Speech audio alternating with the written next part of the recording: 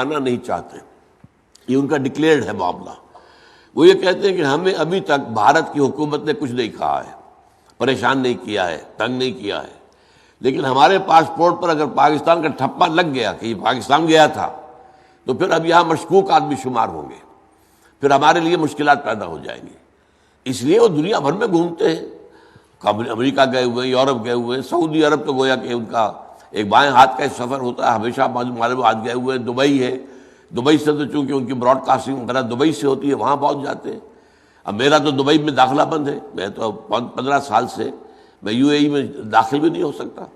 ورنہ میرا خیال تھا ایک دفعہ کہ ان سے ملاقات کے لیے میں تفصیل سے ان سے کچھ بات کرنا چاہتا تھا کہ جو کام وہ کر رہے ہیں اس سے اوپر کا ایک کام ہے وہ بھی وہ کریں، لیکن موقع نہیں مل رہا، کہاں ملوں ان سے، اور وہ پاکستان آنے کو تیار نہیں ہے۔ میں تو حیران ہوں، مجھے اصل میں پہلی مرتبہ